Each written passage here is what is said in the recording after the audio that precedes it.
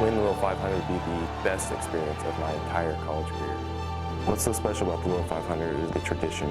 It's been raced for over 60 years, and you become part of a community of riders who strive for something beyond just a regular college experience.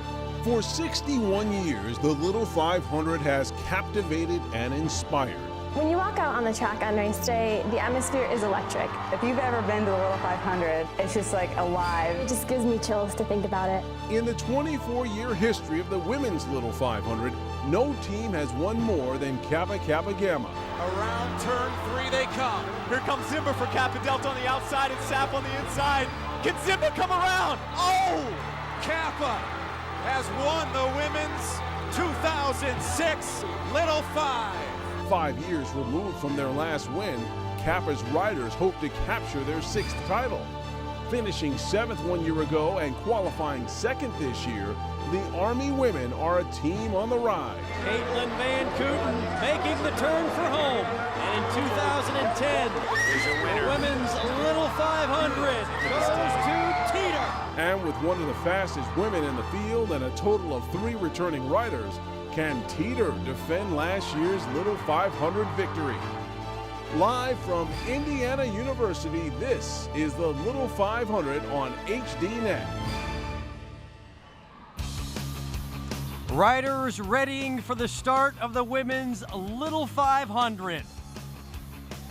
Underneath gray skies, we had rain earlier in the day, but it looks like Mother Nature's going to cooperate.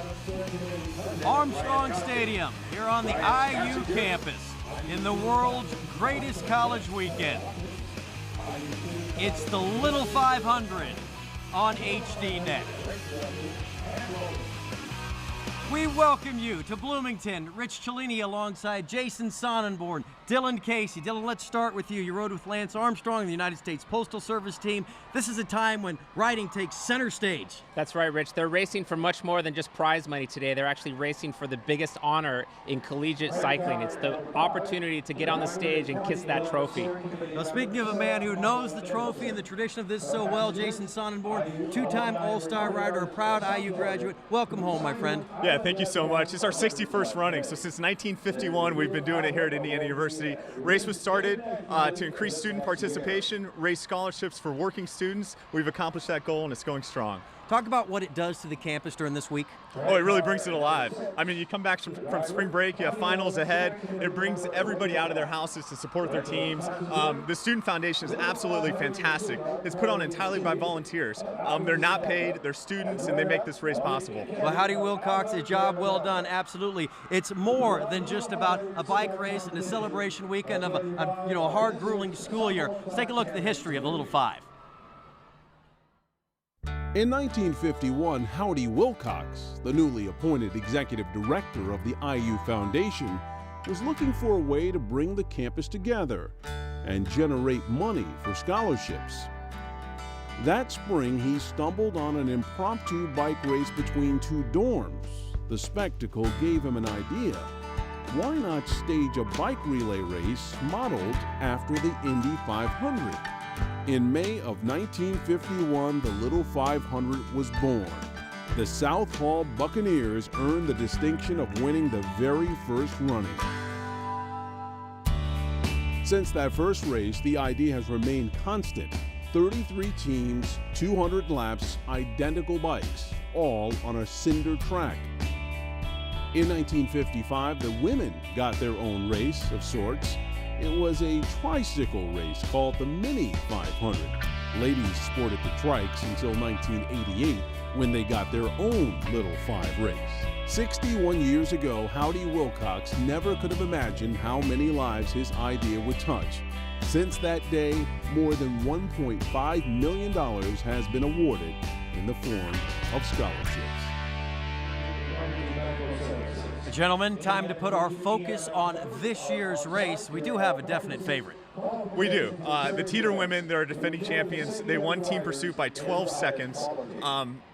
They're deep, they're strong, they're back this year. It's still going to be a great race. You've also got Kappa Kappa Gamma. They've won the race 5 times. Pi Beta Phi, they last won in 2009. So you got some teams that know how to win with some consistency.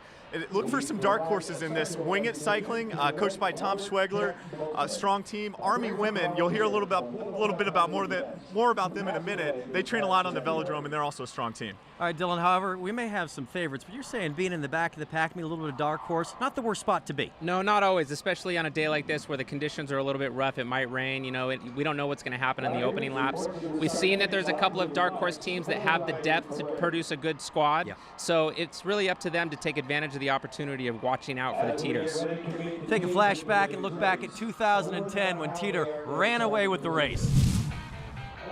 And Jay, we have ABC Van Kooten, one of the strongest riders in the field. She'll be back again for Teeter this year. You can see her back. Last year she was wearing white as a winner of the series events. This year she'll be wearing yellow. She took it hands down. And from what I hear, she's taken all of the spring series events hands down just like that. 3 of their 4 riders returned. They've got depth, and with depth comes responsibility, and that's a lot of weight to shoulder, but I think they're going to really produce an excellent race today. Jay, you always talked about what it means to be a part of a team, how often and how hard you work together. Talk about that point quickly. Well, it's very much a team race. One person can't do it, and that's why I also like Delta Gamma, a team starting on the pole. They have 4 girls that finished in the top 25 of ITTs, so look for them to do exchanges, use teamwork, use their teammates to the best that they can today. All right, let's meet the team from Teeter, our defending champs. And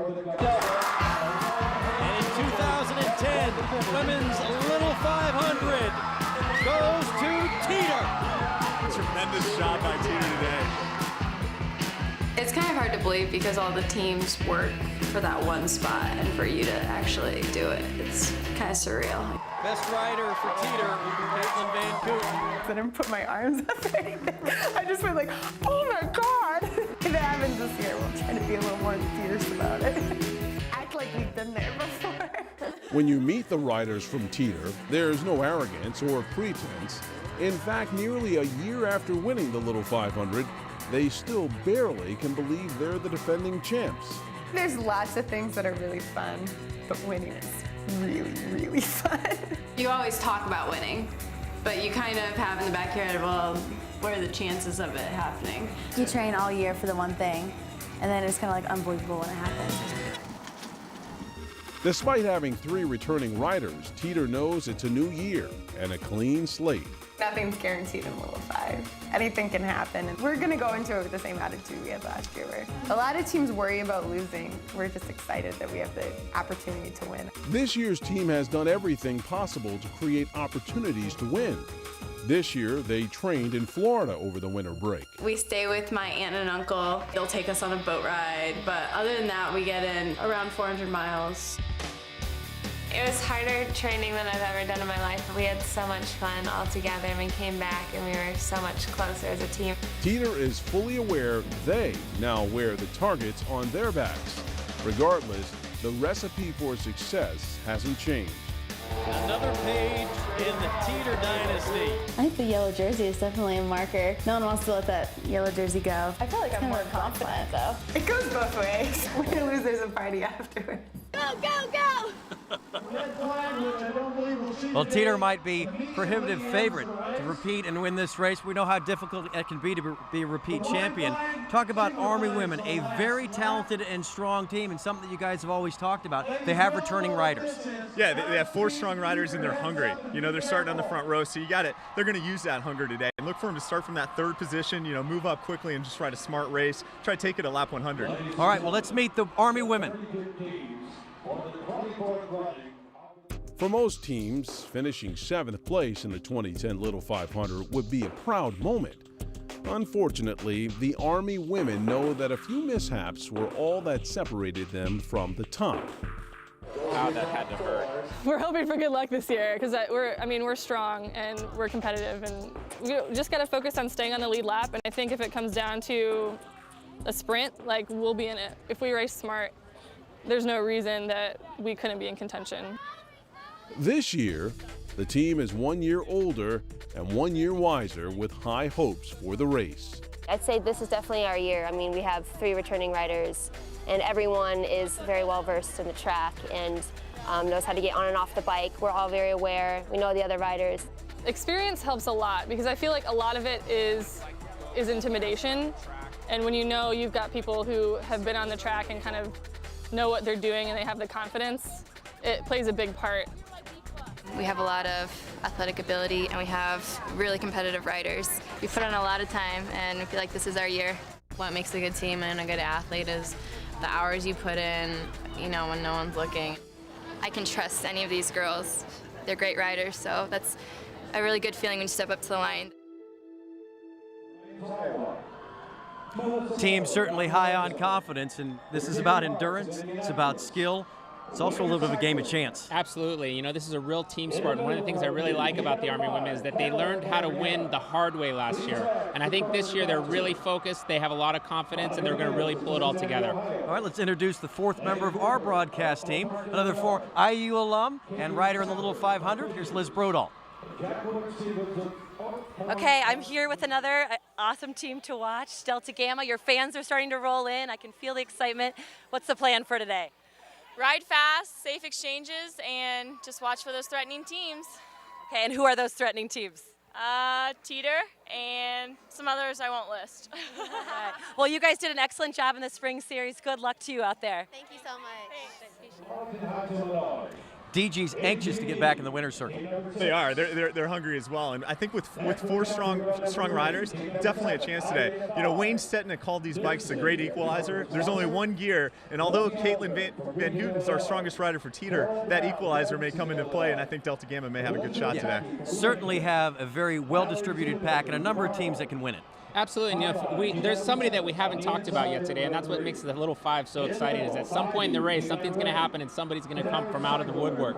And that's what's going to be exciting today. You speak of something happening. We see a lot of things happen that'll catch your attention. All right, we're going to step aside and come back with more of the Little 500 from Bloomington. HDNet's exclusive coverage of the Little 500 will continue in a moment.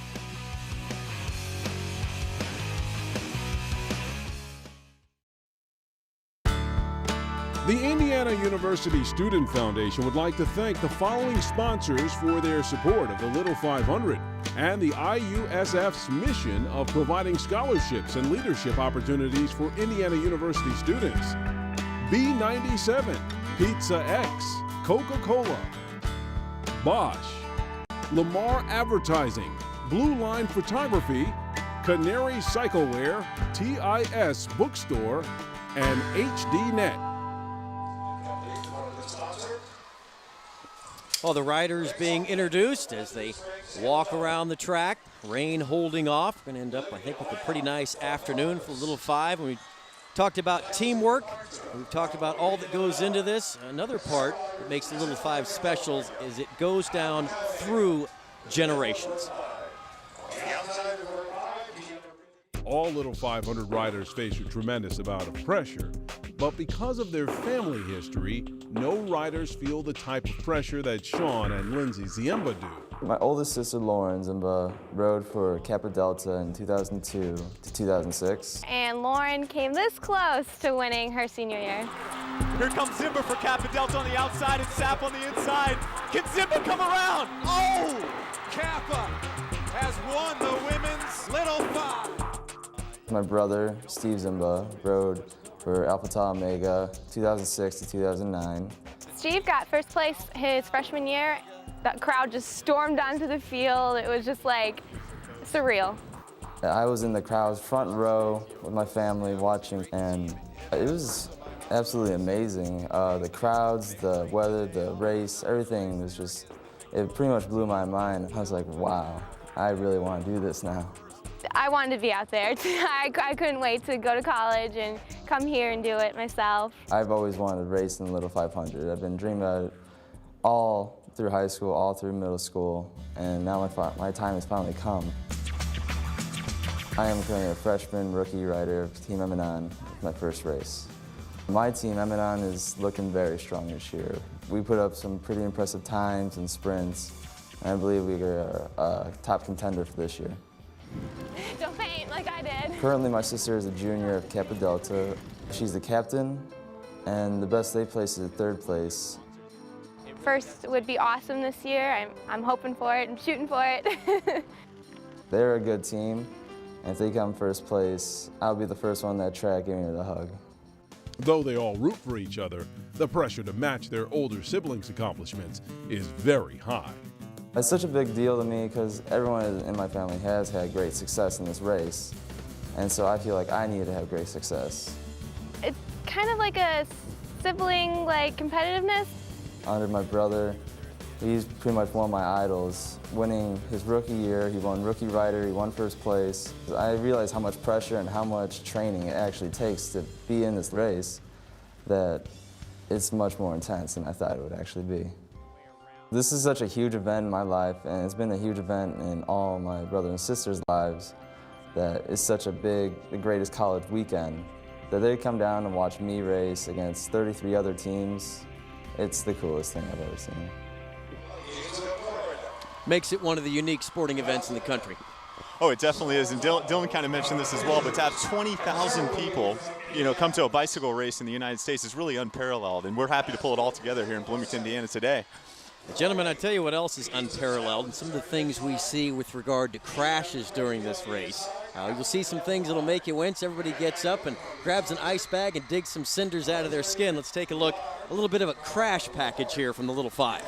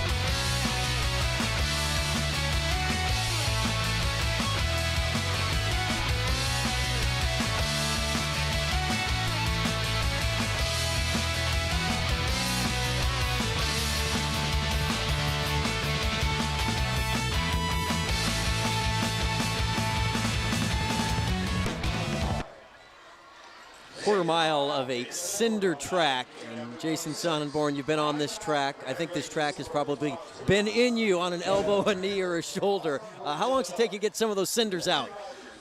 Yes, Rich, I felt the pain of those cinders, and they have been a part of me. And like many Little Five alum, they will always be a part of you. Those wrecks hurt a lot, and those kids are very courageous and strong just for getting out there and participating. Well, one of the things that we've seen in years past, even though you end up with a crash, doesn't mean you're out of the race. No, in fact, you have to get up and get back into the race right away. Here's some of the interesting facts about the race today. It's 100 laps, which comes out to 25 miles. Each lap is a quarter mile. As I mentioned, the bikes only have one gear. It's a 46/18. Is that right, Jason? Yeah, 46/18, single speed. Yeah, and there's 4 riders for each. And then Jason, walk us through the rules around exchanges and when and how many. In the women's race, there's 100 laps, and you must do 5 exchanges. And there's 2 types of exchanges that you can do. It's either a rider exchange, where they're exchanging the bike, and those are a little bit quicker, and so you're at an advantage to doing that. Or if 2 riders are a different height, really a different pant inseam, they'll do a bike exchange, and they will change bikes. There's 2 bikes that the teams can use. So either you're using the same bike and you're doing a fast exchange, or you have to trade off, do a rider exchange, and use a different bike. Right now we see the girls are warming up on their road bikes. They don't actually use those during the race, but one of the interesting things is that we see them in their pit right now, which is 16 feet wide and 6 feet deep. They actually have to do the exchange within that section of their pit. Otherwise, they get disqualified or a penalty.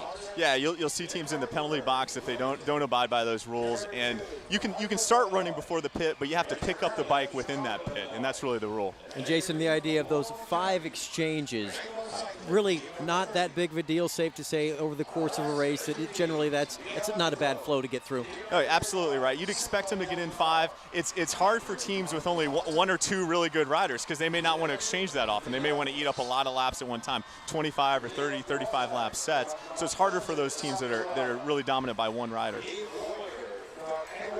Sometimes the teams will actually have a schedule, based on how they want to play the race out, and actually each rider will be, what they'll do is called a set, right? And then they'll actually, once their set is completed, they'll come in for an exchange.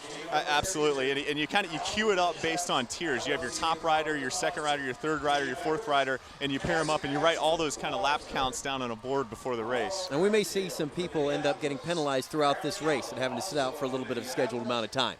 You'll see that. You'll also see some teams with penalties before the start of the race. I think Kappa Delta, you heard from the Zimbas earlier, one of our defending champions, they have to serve a 6-second penalty pre-race. So you will see penalties throughout the race. That's just another thing that really adds a lot of excitement and helps teams abide by the rules. So in that case, they actually have to serve that 6-second penalty within the first 20 laps of the race. Within the first 20 laps. Well, earlier today, we had a little lightning, we had some rain showers, and we're hopeful that we will race if it's wet and if it's soggy. We will not race if we have lightning within 8 miles. So right now, we're in a good spot at 56 and just a few rain showers here and there. And we talked about the track a little bit earlier. The rain's actually very, very good for the track. In order to maintain the track, they dump about 4,000 gallons of water on the track every day. So what they're trying to do is wet the track, keep the cinders nice and compact. So the rain's been good for us. It rained throughout midday today. Does it help your traction as a cyclist with a wetter cinder track versus a drier one? It does. It's more kind of like a concrete surface or more like hard-packed dirt single track. The cinders aren't kind of flying around. You're not washing out as much. Well, you see a shot right there of the crowd, and one thing in every piece you ever see when you're talking about meeting a team, whether it's Army women or the DGs, or whether we're talking about the Cutters tomorrow in the men's race, everybody talks about the energy and excitement you get from the crowd. And let's go down for our invocation from Father Bob.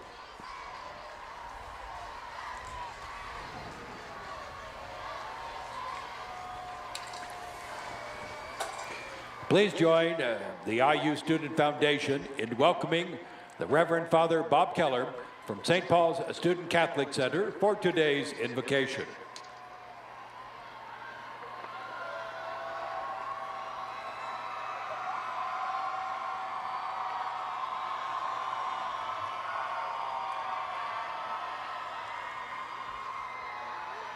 Let us take a moment of silence, even as our riders come to their bicycles.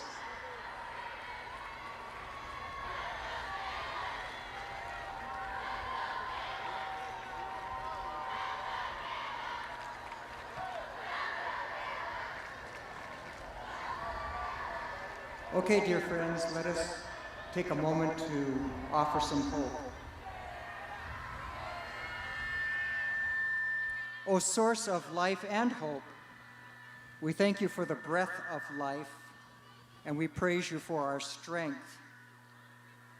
We beseech you, calm the nerves that tighten our legs or chill our mind. Keep us focused on the task ahead. Although this is a task and a test of muscle, of alloy, and rubber, it is even more a quest encoded in human spirit. Let each one here display the honor of a true competitor in perseverance, in sportsmanlike conduct toward one another, and in the joy of the pursuit of excellence. Though differently talented, each competitor and team contributes to the legacy of this little 500. O source of all good, make us women of integrity after this race in all that we say and do, that our lives beyond this race will be measures of gratitude and of humble service for all the blessings that have been given to us. Amen.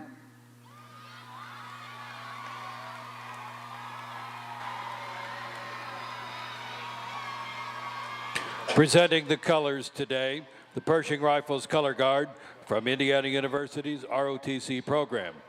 IU's Pershing Rifles is an accomplished competitive drill and honor squad that consistently receives high marks in competition around the country.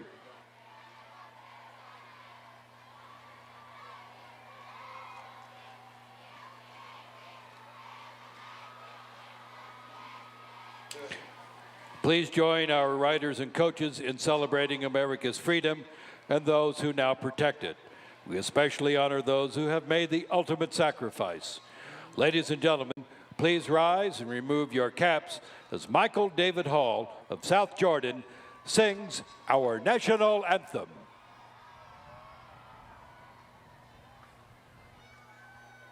Oh, say, can you see by the dawn's early light what so proudly we hailed at the twilight's last gleaming, whose broad stripes and bright stars through the perilous fight o'er the ramparts we watched were so gallantly streaming, and the rocket's red glare, the bombs bursting in air, gave proof through the night that our flag was still there.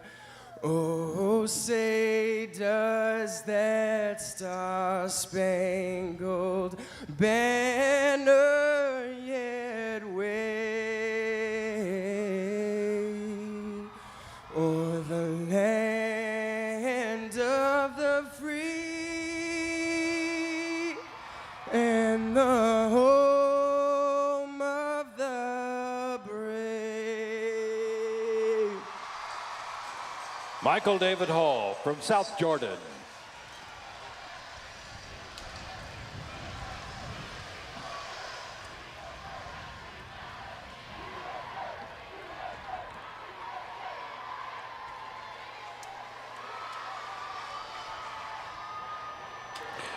With the starting riders now on the course at the start-finish line, we get closer to racing.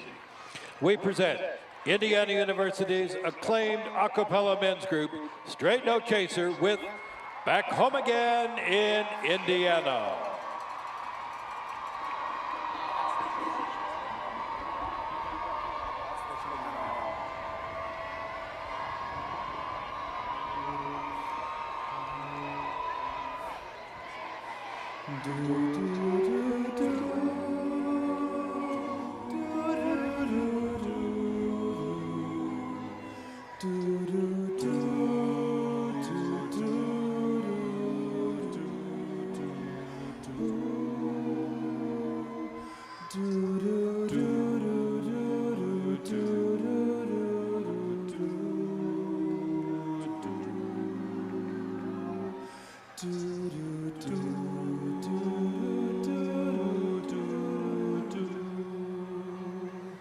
Back home again in Indiana, and it seems that I can see the gleaming candlelight still shining bright through the sycamores for me.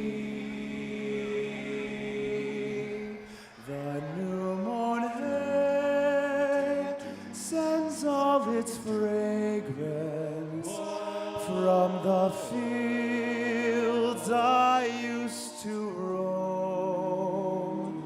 When I dream about the moonlight on the Wabash, then I long for my Indiana home. Back home again.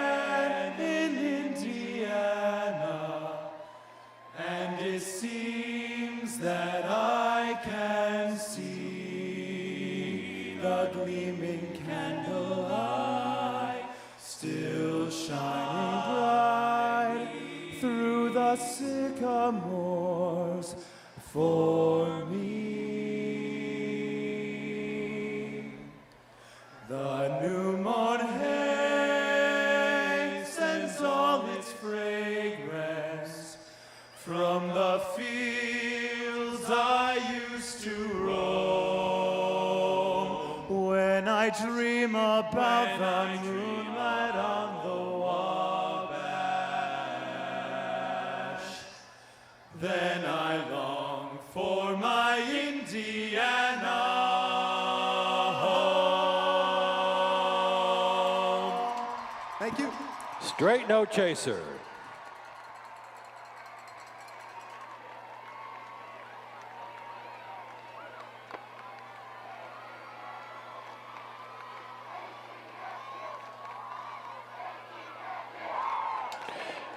If you are in the infield and not wearing official credentials as a participant or official, please move into the stands or spectator areas. Only properly accredited personnel are permitted in the infield during the race. We welcome to the stage today's race starter, Little 500 race director Pam Lobig. This is Pam's last year as race director. The Little 500 riders, IU Student Foundation staff, students, and steering committee members thank Pam for her dedication to Little 500, both as a rider and as the event's main coordinator. Pam Lobig. Hello, and welcome to the world's greatest college weekend. Riders, this is it, the 24th running of the Women's Little 500. Remember, ride smart, keep your head up, good luck, and Godspeed. Now, the words we've all been waiting to hear. Ladies, mount your Schwinn bicycle!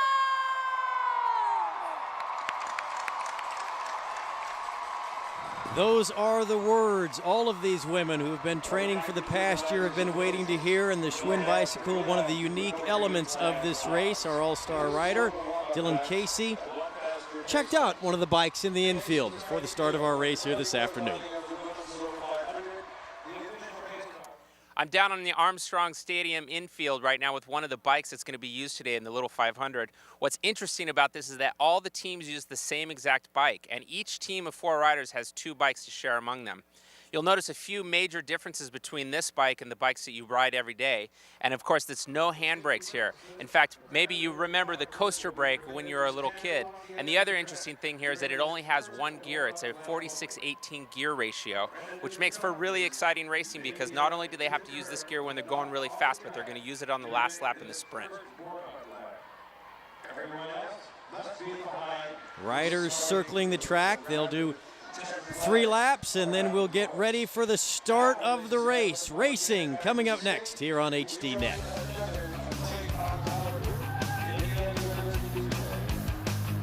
The Little 500 will be right back here on HDNet.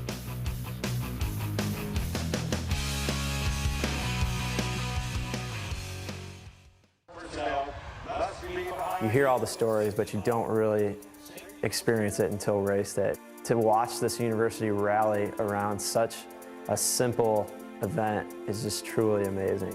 You train all year, all semester for one day, and knowing that this is your last chance, this is one day, I think it's really gives you a reason to give it your all and leave all your efforts out on the track. Just hearing the national anthem right before you race and hearing that riders mount your Schwinn bicycles, you just get the chills. Seeing all the fans going crazy, it's amazing. You really gotta reach down and get your inner child out and just think you're not afraid. Once you get to race day, it's just that excitement, that fun, that adrenaline. And you'll pay many bloody elbows to get there, but they're all worth it. 1 lap to go before we start the race. Jason, you've been in this exact position. What are your thoughts? Yeah, we started on the pole in 2000, in the year 2000, where Delta Gamma is today, and your stomach's turning. You've got a lot of, we call them face laps right now, right? They're warming up, but there's also a lot of butterflies, and they're eager to get those legs going and get those legs turning and get it all out.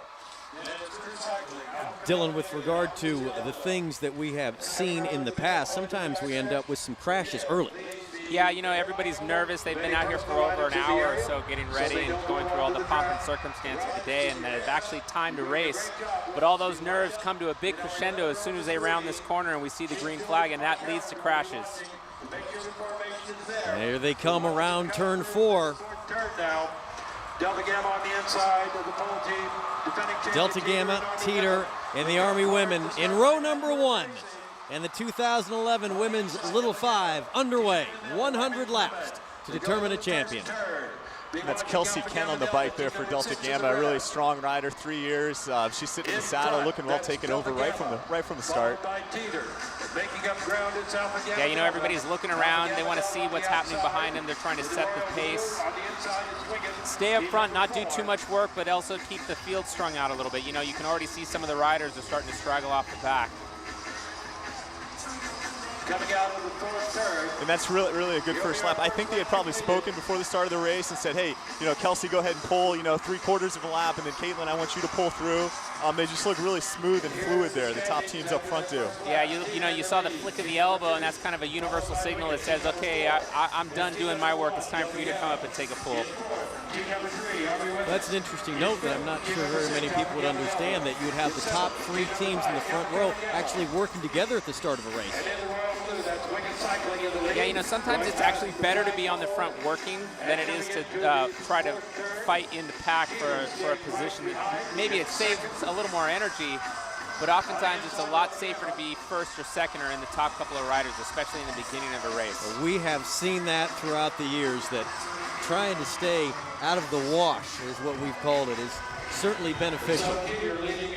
And Dylan's point on safety is just absolutely right. So the reason you ride up front early in the race is just to remain safe, remain away from the wrecks. It's hard to win the race in the first 50 laps of the women's race. You probably won't see that, but safety is really important. So that is one reason to ride hard and ride up front. Caitlin Van Kooten and Teeter, your defending champs, wearing the yellow jersey. You can see the ladies out there smiling a bit. The pace isn't real hard. They're kind of taking some face laps. That's Caroline Brown on the front there for Pi Beta Phi. She's an outstanding rider. Yeah, and she won the race for them in 2009, and I think this is her 4th year. Just a lot of experience. Second in missing outs, good ITT performance. It's great to have Caroline out there. You know, we should expect some of the other teams that don't necessarily have a great sprinter to come to the front now and really try to make this race hard. They don't want to let it just like ride for 99 laps and let it all come down to a sprint. That's right. In this case, a lot like the men's race, I really feel like it's Teeter versus the field in a way, just because they've done so much damage in the Spring Series events. Teeter's is our team in yellow. They're definitely our favorites. But cycling is really a team sport, and so look for some of those other teams to pair up and try to get an edge on Teeter.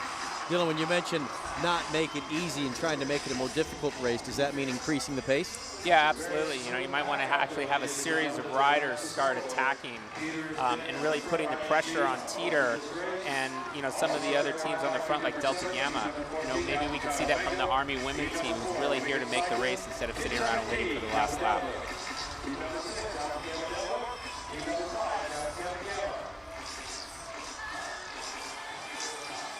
You know, the other thing that's interesting to note this year that's slightly different than some of the years past is that the wind is actually going across the track. So we don't necessarily have a headwind, tailwind situation like we've had in the past, and sometimes that can actually make a race faster because there's no benefit from sitting in. Yeah, we've seen, I think it was 3 years ago, that on that back stretch, people were really settling into a stiff wind. Yeah, that's right. It also means that if it does come down to a sprint in the last lap, there's going to be a headwind coming into turn 3 and out of turn 4, so that'll actually have an impact on the finish as well.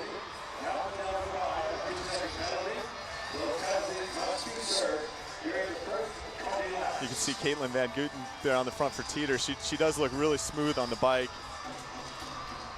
We've talked, you know, Teeter, prohibitive favorites, but you know, Caitlin Van Kooten, arguably one of the great riders in the history of this event.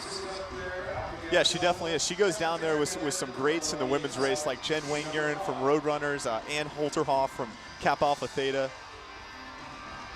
with what she's done in the spring and winning last year. If she can win again this year, you know, she definitely ranks up there and is a true Hall of Fame candidate. You can see some of the riders are actually communicating with their coaches in the pits, you know, asking like, should we do an exchange? What should we do? And it looks like this might be what's happening right now.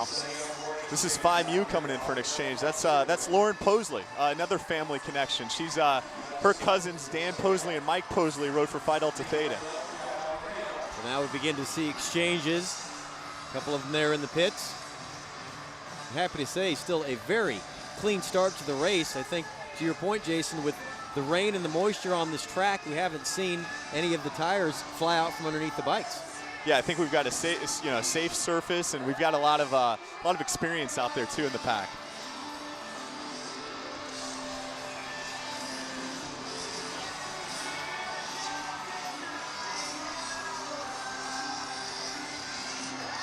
You can see Alpha Chi Omega pulling through and taking the lead there. Team that started in 14th position, they've sneaked their way right up to the front. That was a single bike exchange. Means that relatively they ride more or less the same size bike. Yeah, and those are the fast exchanges because you kind of keep your momentum. The rider getting on starts running before the rider bringing it in gets there. Because the whole perspective is when you're in the pit and you're getting that bike, you don't want to lose too much distance. Oh, we have our first crash of the race. Oh, and it claims a number of riders back near turn 3. I see Kappa Kappa Gamma, a favorite in purple. You have Pi Beta Phi. She actually lost her shoe. She's trying to get it on. And you have some agony. Yeah, that's definitely some cinder pain there, you know, and that's what we talked about. It's the first 9 laps of the race is traditionally when that crash happens, almost as if it were on the menu. Well, you can almost predict when it is going to happen. You know, we started off quick. The top teams were kind of taking their poles, and then it slows down. Here we are on lap 10 of a 100-lap race, and wrecks start to happen. That's right. We got the yellow flag out right now. So Jason, walk us through what the rules are on the yellow flag and the creep. Well, as soon as we get that young lady taken care of, the yellow will leave us. Here's the wreck, Dylan. Yeah, and you know, looks right up on the inside gutter. Oh no, it was out there. Somebody just not paying attention, and you see that huge chain reaction. Nowhere to go. It was Army Women was in black, and that was Alpha Chi Omega kind of on her hip, and it looked like a bump. Yeah, she looked over her shoulder to the left, and what happens is you have a natural tendency to then move the other direction. That's absolutely right. See, her arm was kind of straight, which she wasn't quite as loose on the bike where she could handle that bump at that point. We're trying to get an ID on that Alpha Chi Omega rider. We certainly hope she's okay. So 3 bumps into 14. Yeah, you know, that's also one of the hard things about these bikes is that you can't do the micro adjustment to your speed because you don't have handbrakes. In fact, there's almost like a little bit of a delay when you go to put on the brakes before it actually slows the bike down. Kelsey Tharnstorm, the injured rider for Alpha Chi Omega. Happy to see her up. You can see Army Women working under the yellow. Rachel Stark, the one who applied the bump, but to your point, very well dissected, Dylan, that a look to the left and a drift to the right. And yeah, and I hate, and you don't really want to point it out and say Army Women did anything wrong there. I mean, there's a lot of bumping and racing, and you know, let's go downstairs to Liz Brodal. Okay, so I'm down here where the wreck occurred. We have a Gamma Phi Beta and an Alpha Chi Omega rider that was hurt. There are a lot of key teams that were affected, the Thetas, Kappa, like I said before, Alpha Gamma Delta. So we're thinking for the riders right now and hoping that they're okay. Thank you, Liz.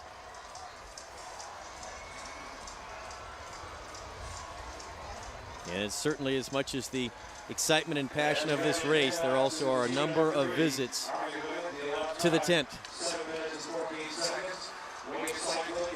You know, what's interesting to note here is there's actually a little bit of a gap between what we see here in our picture, the front group with the Teeter, but then here we get the green flag, and Teeter is actually going to try to take advantage of this gap. If you look at the top of your picture, there's actually about a second interval between the two breakaway and the peloton, so to speak. And they're drilling it right now. They're punching it.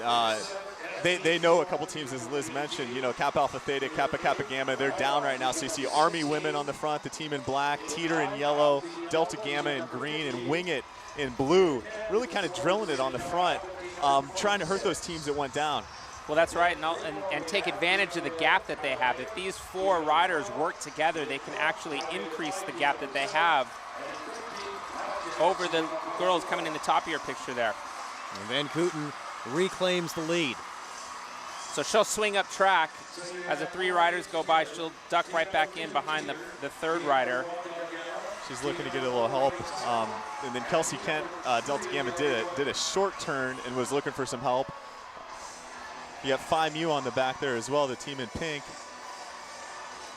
Yeah, so Kelsey really kind of swung up track and put the responsibility on Army women and Caitlin from Teeter. And I love this move by Army women right there. They saw the pace slow, and that was Hannah Calvert. She's going in for an exchange, but she just punched it. She said, I didn't really like this slow pace.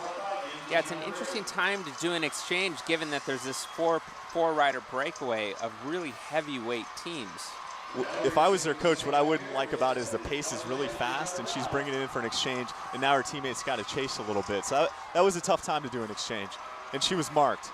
But hopefully she'll be able to catch up. You got Pi Beta Phi, looks like they're closing. That's Caroline Brown right behind Army women. Well, it looks like Delta Gamma is getting set to do an exchange as well. Van Kooten hitting the accelerator. Delta Gamma also going to do an exchange.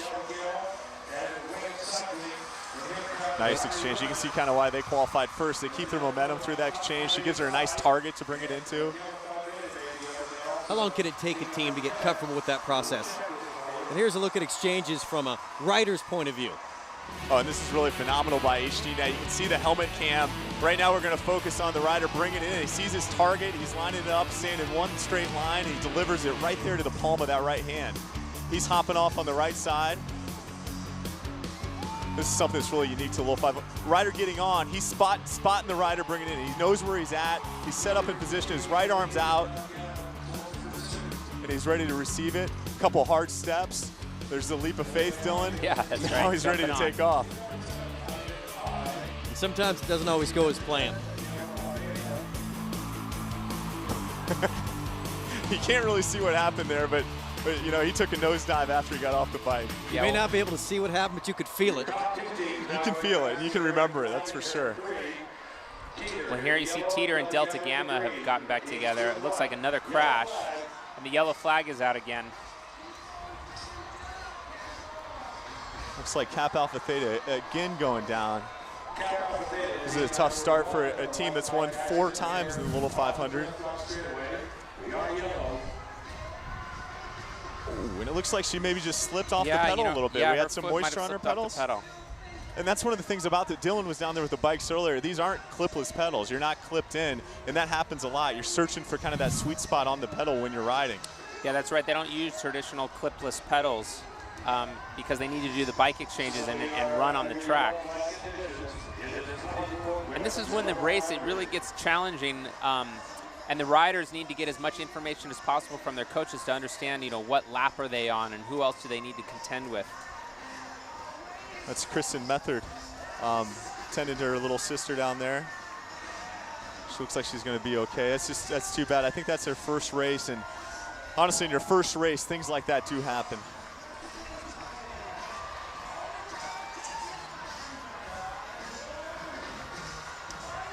No women's team has won more Little 5 titles than Kappa Kappa Gamma. On average, they win a title every 5 years. It has been 5 years since their last Little 500 victory. Once again, they have a talented team that could get them back to the winner's circle.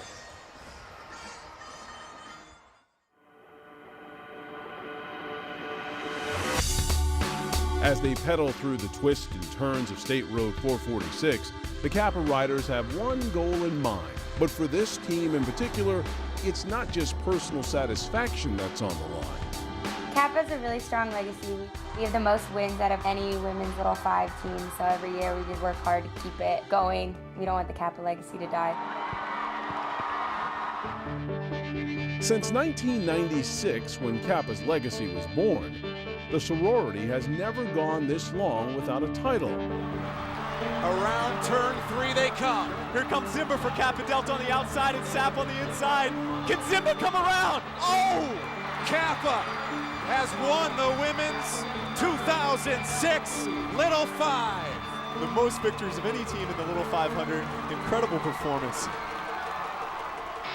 But they've been competitive every year. I think we consistently have strong teams. Every year we've had the team that can do it, and I don't say this is necessarily the strongest, but I feel just as confident as I have the past few years. Even more confident just because we all have a little more experience this year. They also have more depth.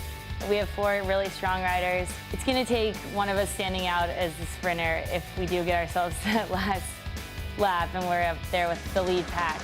We're all strong. We're confident putting any rider out on the track at one time. There's not one person that we want to use more than anyone else. I feel like you just have to go into the race being like, we're going to own this, like we have this, like we're going to put everything out there.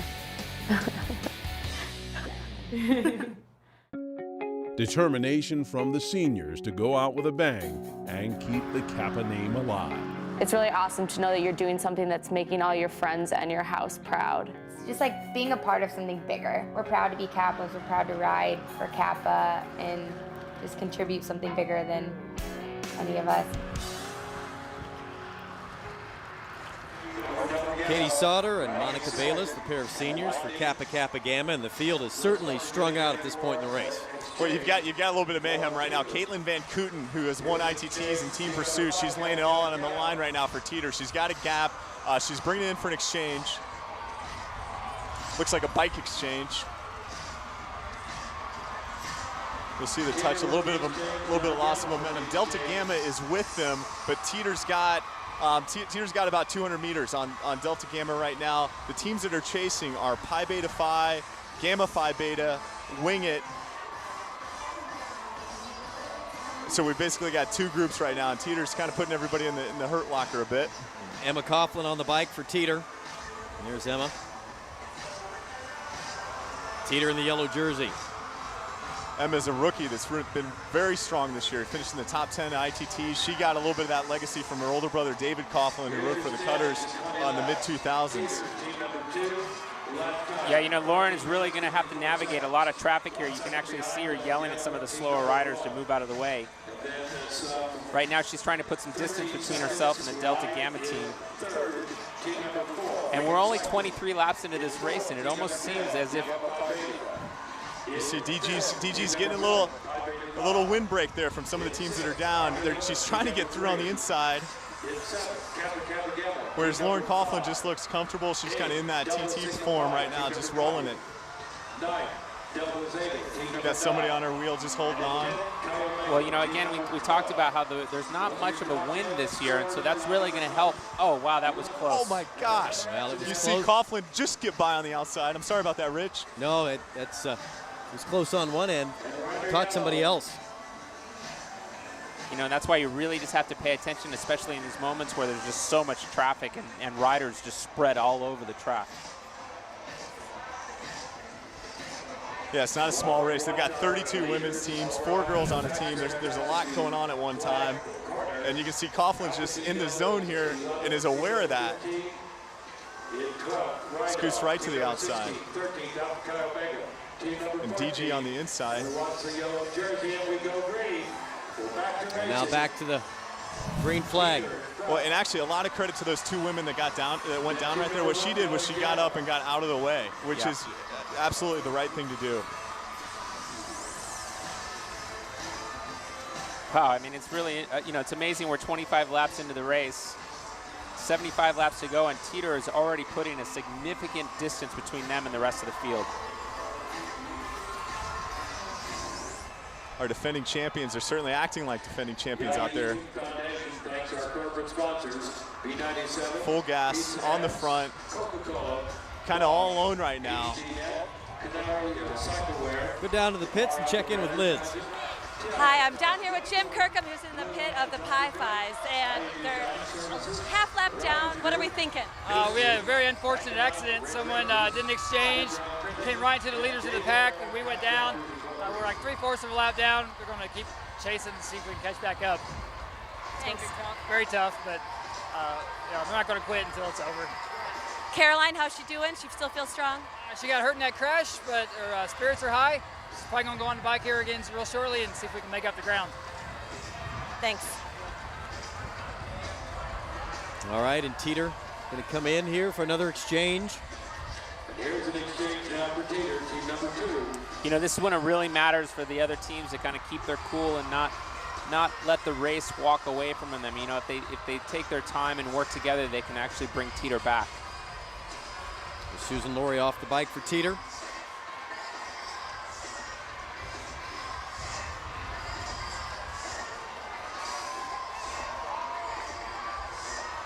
Well, he certainly didn't try to finesse this race so far this afternoon. Not at all. I mean, it was clear that Teeter is just executing a very aggressive racing program. Army women with an exchange. You know, if I was on the infield, the coach of some of the other teams, I might be starting to walk and talk to the other teams to see if we can collaborate a little bit and not let Teeter just walk away from this race so early on. Yeah, something's got to give right now. Teeter's absolutely just drilling it. They've not quite a half lap lead, but close. And DG's all on their own, just chasing. As you can see, Teeter really aware of the situation, kind of moving outside. They've got that big gap. And only 28 laps in, it's early. I think they called my number saying it couldn't happen in the first 50 laps, but they're making it happen. Well, you know, and the fact that there are just riders spread out all over the track is actually a benefit to Teeter because they can leapfrog from one rider to the next and not necessarily have to do it all on their own.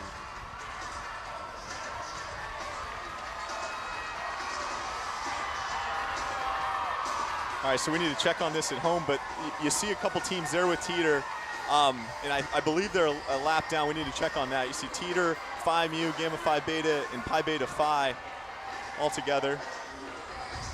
Emma Coughlin, hometown girl from right here in Bloomington, exercise science major on the bike for Teeter, your defending champs. And with that, you get the yellow jersey. You can see Emma actually yelling to the rider in front of her to move out of the way.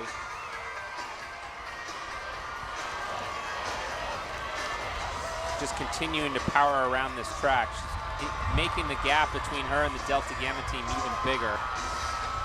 Taking a look over her shoulder just to see what's happening behind her. And I am getting word that the teams with her right now are lapped, so Teeter's all by themselves. As far as 30 of 100, Jake. Yeah, just as far as being on the lead lap with that group. The second group, I think, is led by Delta Gamma.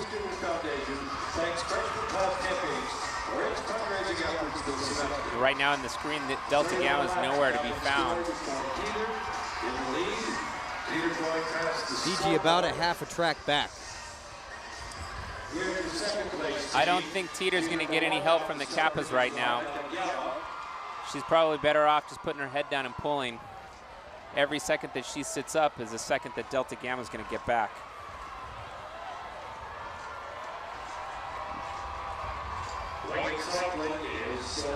Four teams on the lead lap. Teeter, Delta Gamma, Army Women, and Wing It. So teams that we had talked about, Jay, and that you had pointed out, coming to the forefront right now.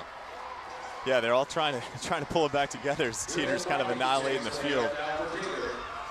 Both Teeter and Delta Gamma up in the top right screen getting ready to do an exchange.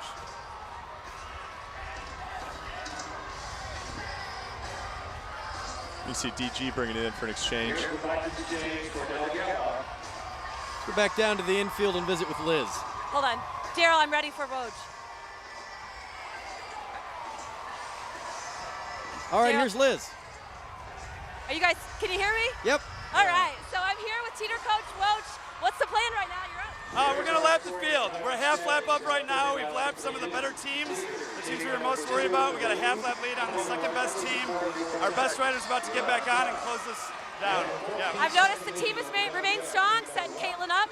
Yep, setting her up for victory. Hopefully we can just sip some tea on the last 20 laps and just enjoy ourselves. Well, good job.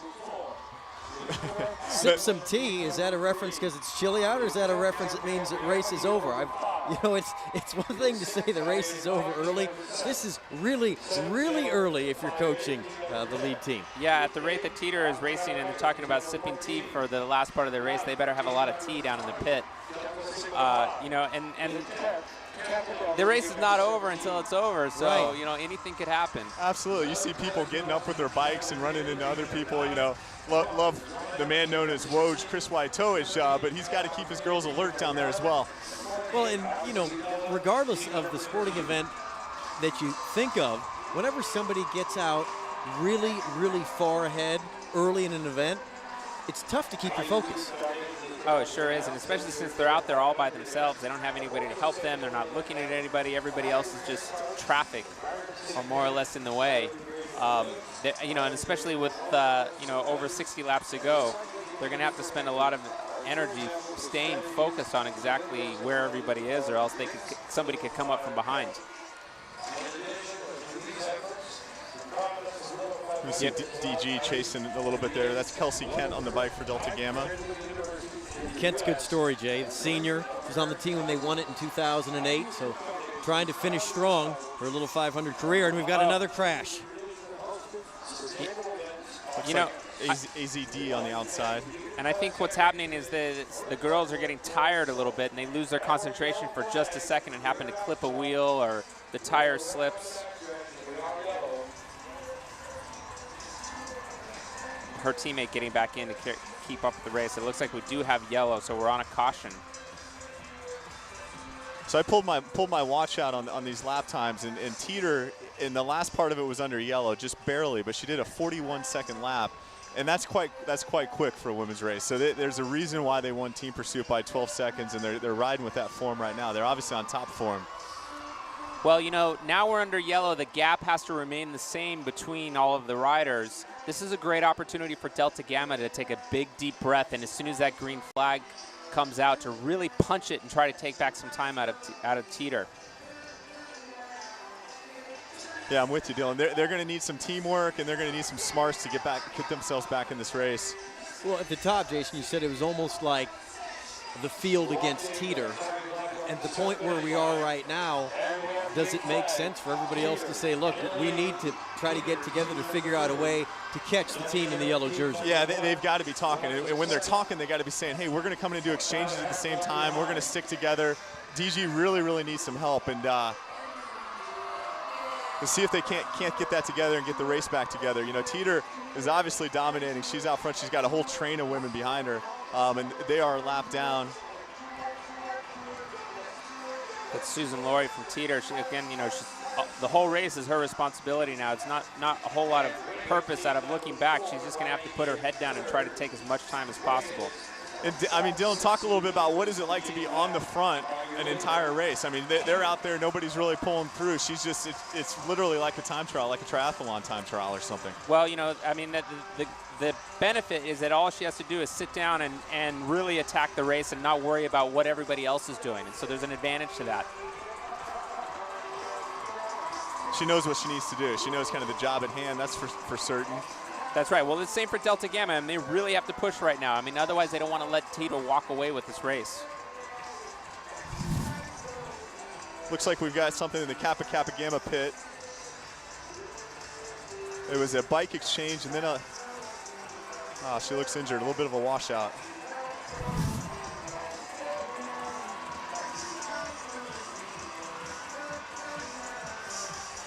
Here we have Caitlin back on.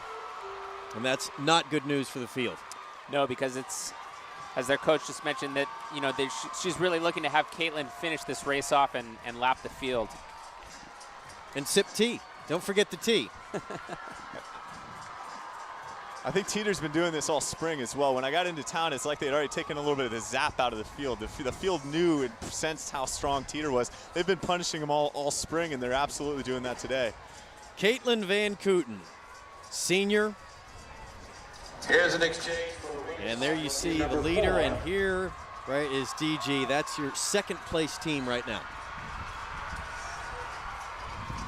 And it's only a straightaway.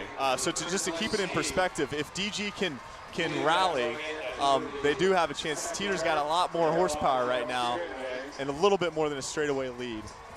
Kelsey Phillips on the bike for DG. We're going to take a break from Bloomington. We've had a little bit of everything in this women's Little 5. Teeter, your defending champ, out in front.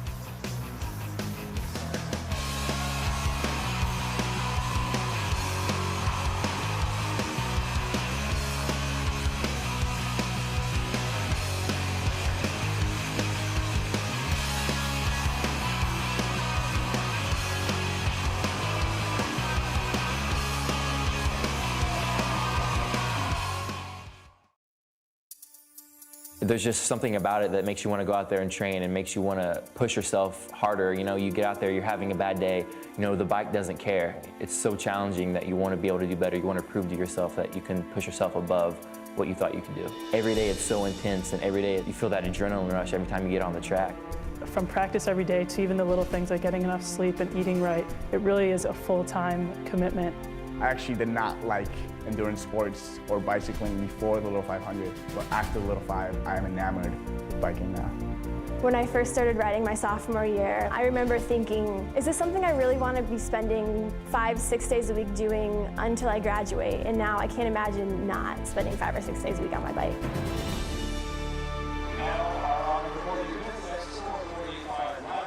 The Little 500, Bill Armstrong Stadium, Bloomington, Indiana. Teeter, the defending champs. And they have the lead again here this afternoon. Caitlin Van Kooten out in front. I'll remind you tomorrow, the men's Little 500, 2 o'clock Eastern. Teeter trying to become back-to-back champs. We have somebody on the men's side by the team name of the Cutters there, Jay. They've won a few of the races. Think of it this way. If you've been at IU now for the last 4 years, you know of nobody else winning during your collegiate career than the Cutters. A team called the Cutters. They've carried that tradition strong. I think with 11 total and 4 straight wins for the Cutters. That's definitely tough on the rest of the field. The fraternities, the dormitories, they've got to get together and maybe talk a little bit before the race on how they're going to beat that team called the Cutters. Caitlin Van Kooten on the bike for Teeter. One of the great riders in the history of this event. Lap 46 of 100. Earlier we saw the 4 teams break away. Teeter, Army Women, Delta Gamma, and Wing It. And I've just been told that Teeter has already lapped Wing It and Army. That's correct. DG is the closest team to Teeter. And I promise you right now, Van Kooten and company want to lap DG in the green jersey. Well, that's right. And right now you can see DG in the bottom hand of your picture there. And there's Caitlin in the top. She's getting ready to close the gap.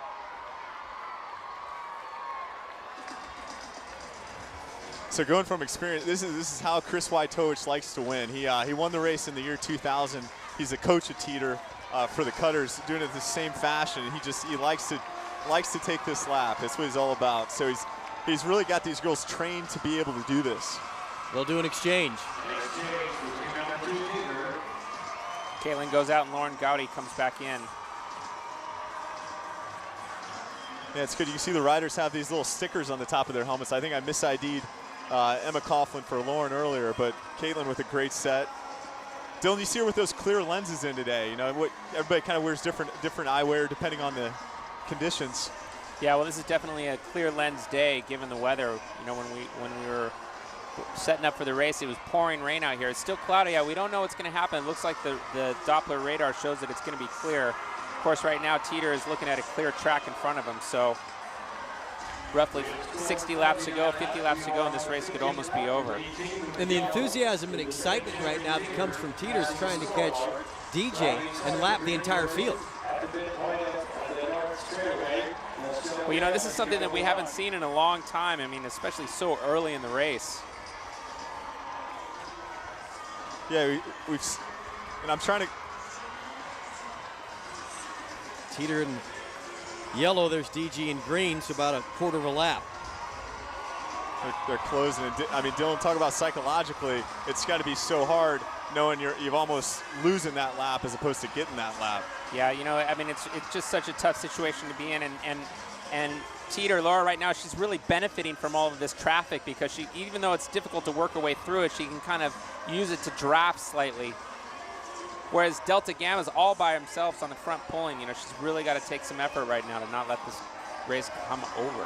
So this is really just an individual time trial type race. I mean, talk about, you know, with a draft, you get 33% kind of less work when you're sitting behind somebody. But these girls right now are out there just on the front, on the rivet for the entire race. Yeah, right now Delta Gamma doing an exchange, you know, and I think that's just really going to be the nail in the coffin. Kelsey Kent off, Kelsey Phillips on for DG. You saw her slip a bit on the pedal. Teeter with an exchange as well.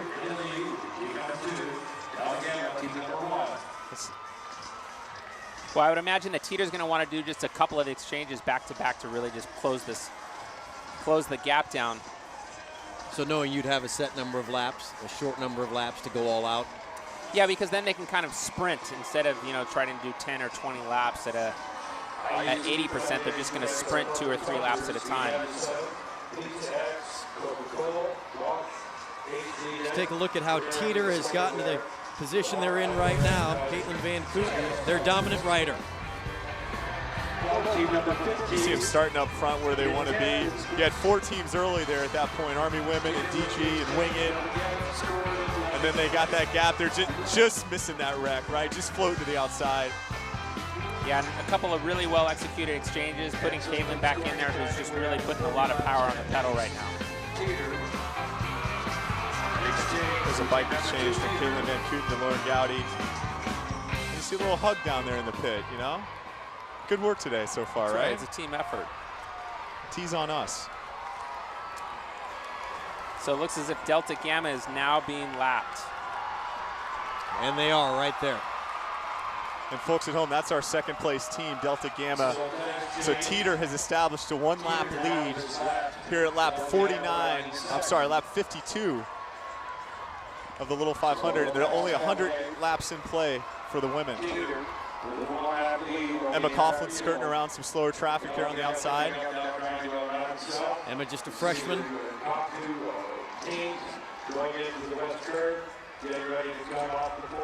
Talented team. There's the senior CVK, Caitlin Van Kooten. Look, there goes Casey, Delta Gamma. Teeter's coming and doing an exchange. You know, it doesn't look like Delta Gamma's going to give up yet.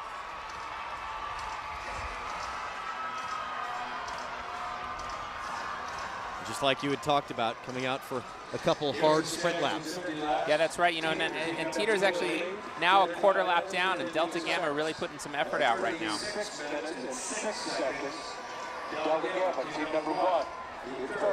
Susan Laurie really going to have to put some effort to close that gap back down.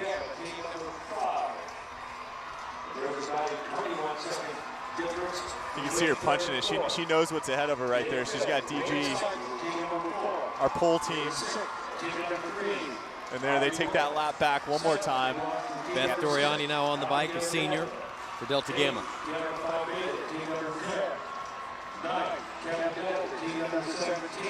I have a feeling we're going to have 45 laps of this going back and forth.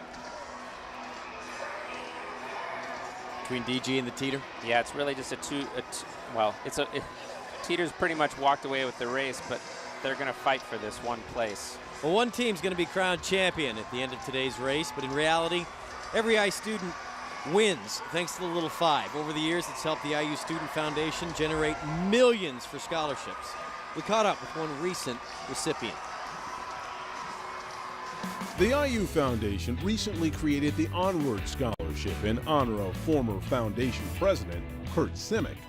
Kurt Simic was longtime president of the IU Foundation, and he actually started here. He was a Little 500 rider, he was on steering committee, and then worked for the Student Foundation before he moved all the way up the ranks to be the president of the foundation. The Onward Scholarship was a very generous thing. People got together when I was retiring and said, we'd like to do something for you. What would you like for it to be? I said, I'd like to do something that would encourage student leaders. Kurt's philosophy was always, let's look onward, let's look to the future, let's see how we can change for the better. He pretty much said all he wanted was more money to go back to the students. So a group chaired a committee, and they shocked me by raising $1.3 million to be an endowment for these scholarships. He's truly a treasure to Indiana University and just a great, great person to be around.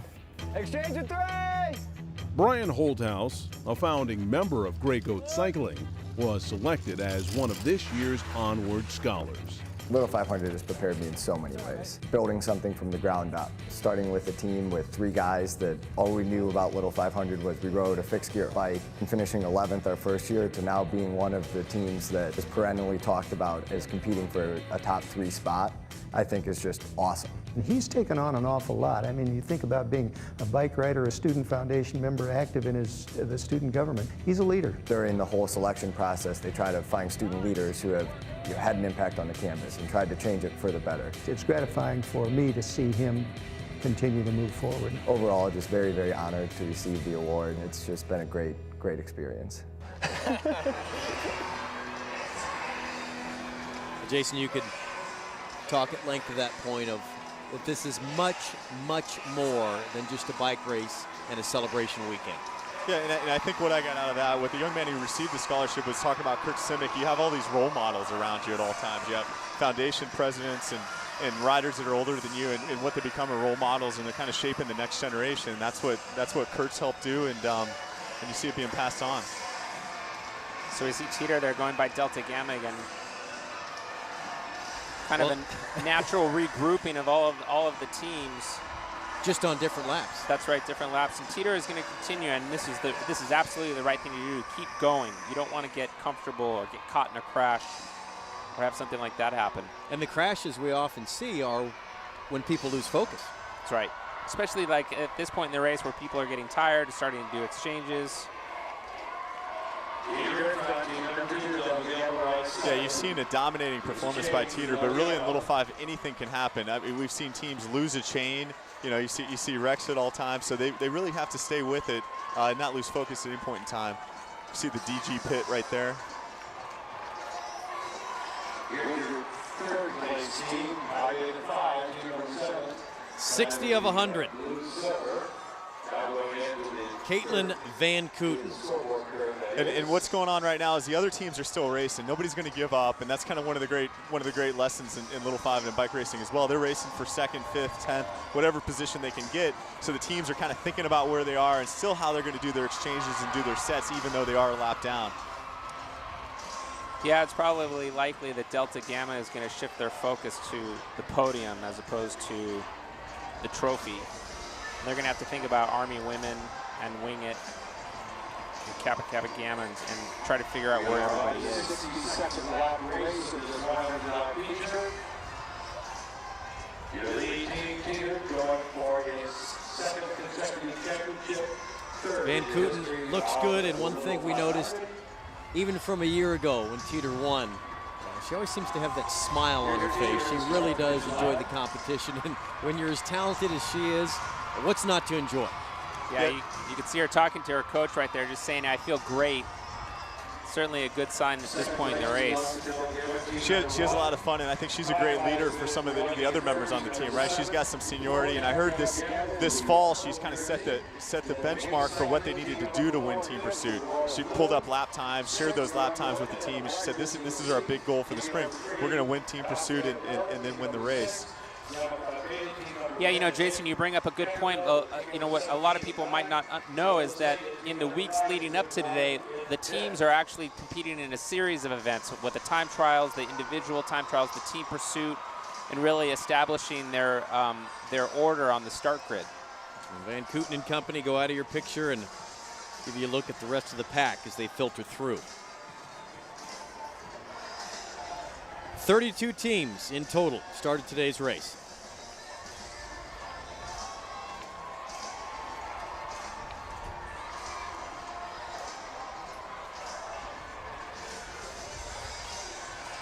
There you can see the grid. Some of it kind of rounding on our top 5 or some of our other favorites. You know, Teeter, our defending champion, on the lead, but Delta Gamma, Pi Beta Phi, Kappa Kappa Gamma, who's won the race 5 times, and Wing It Cycling, a relatively new team, continuing with those top 10s, is up there in 5th place.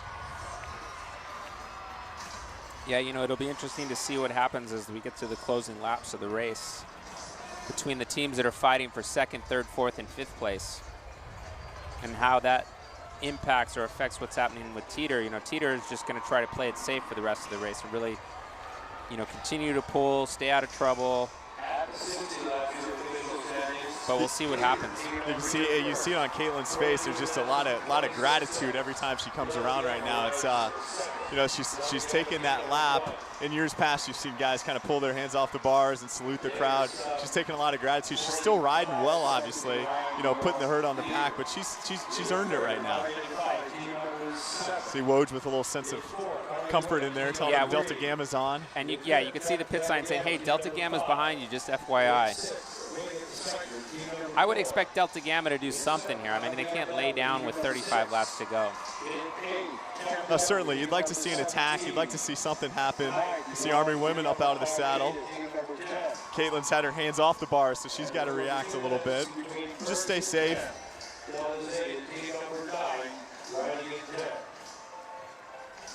Well, we're seeing a 2-minute interval between first and second. That's more than one lap. We're going to have to validate that and just see if that's right.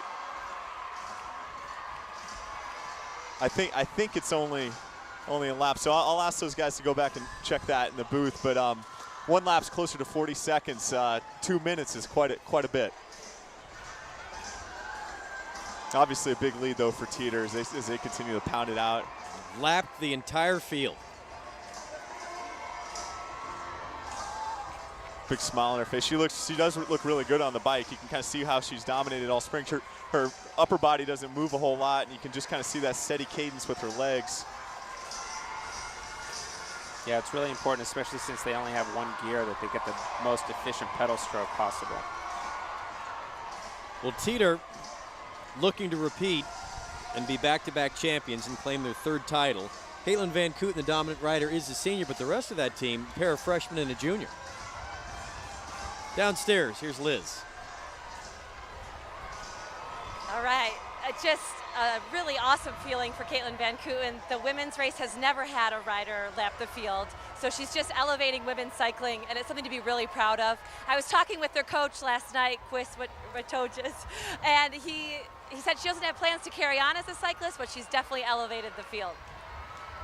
Thank you, Liz. Indeed she has, and be somebody who'll be remembered for a long time in the history of the Little 5J, and also somebody that we talked about can be a mentor and somebody who will always be welcome to come back and help out younger riders. Yeah, absolutely. I think you're going to see her name, if they keep this lap lead, you're going to see her name up there as a Hall of Fame member here in the Little 500. And as Liz mentioned, really doing something that has never been done in the women's race, and that's lapping the field.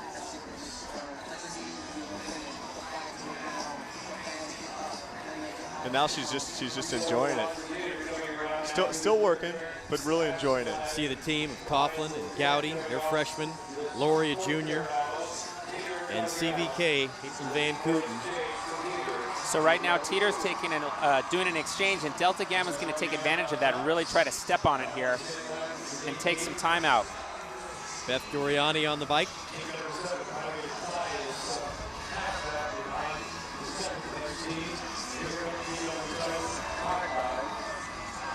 So now Teeter's got to make her way back through traffic and catch back up to Delta Gamma. I think it was Kelsey Kent on the bike who really floored it as soon as they came in and did that exchange. That's right. She wants to keep the pace high, you know, stay alert, stay out of trouble. There's Delta Gamma, and Kelsey Kent looks like she's going to come in for an exchange. Those green shoelaces, we like those. She's up, she's comfortable. You see why they got pole position. They're obviously excellent with their exchanges. She gives it off to Kelsey Phillips. Yeah, Delta Gamma definitely getting the style points, but also putting some power to the pedals here. You like that, don't you, Dylan? You know, we've seen a lot of different kind of styles evolve over the years. We got the Argyle look today. I love the green shoelaces from DG. Well, you know, we see Laura Gowdy really suffering there to close the gap to Casey in Delta Gamma, who's got a pretty good gap right now.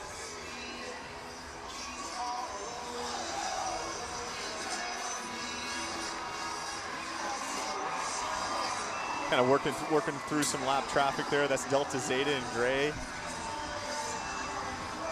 Trying to catch back up to that DG rider, as Dylan mentioned. And with the catch-up, that would mean that they would be one lap ahead. Yeah, that's right. You know, it's funny. I think that this is basically what's going to happen for the rest of this race, where these two teams just battle it out. But it's great to see Delta Gamma not give up.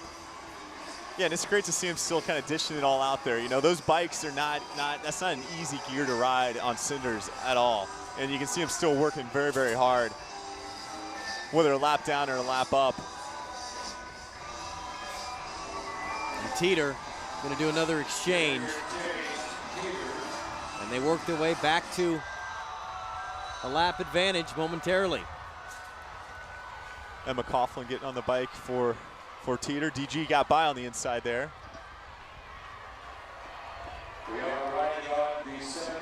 The Schwinn bicycles haven't changed much through the years, but the technology that's been dumped into training is an entirely new story. Here's a look. Abigail Legg of Wing It takes us to their training facility.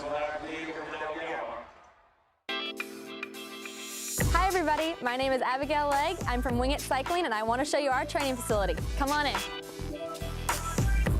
We're actually in an apartment complex basement just outside campus, and I think I hear some of the girls inside train already. Let's find out. Over here, two of my teammates, Allie and Melissa, are training on our Tacx Ergo trainers. For those of you at home, these are virtual reality trainers which allow us to train essentially anywhere in the world. I'm actually using Google Maps to do one of our usual Bloomington rides. And I'm riding through Harris Grants today. Clearly, we're extremely fortunate to have this state-of-the-art training system, and in fact, we're the only team here in Bloomington that does. Retail, this system would cost well over $10,000, but thanks to Coach Tom, we get it for much less. See how much you're going better than you did the last time you did the workout. The trainers give us the ability to train effectively because it's not always 80 and sunny in Bloomington. Certainly not in the fall and winter, where most of the really effective training for Little 5 takes place. But it really doesn't make us a more, trophy adequate team. The thing is, it gives us more opportunity. We can buy this stuff, but that doesn't mean we're going to win the race. You can't throw money at a problem and expect to cross the finish line first. It's about having people train more effectively. It gives us more opportunities to develop the riders more fully. And finally, here's our video room. Here's where we come to analyze race footage or exchange footage or ITT footage or anything that we need to analyze after we're done practicing. Here you can see we have Allie coming in. She's coming in really good. She sets her pedals around here and she's sitting back.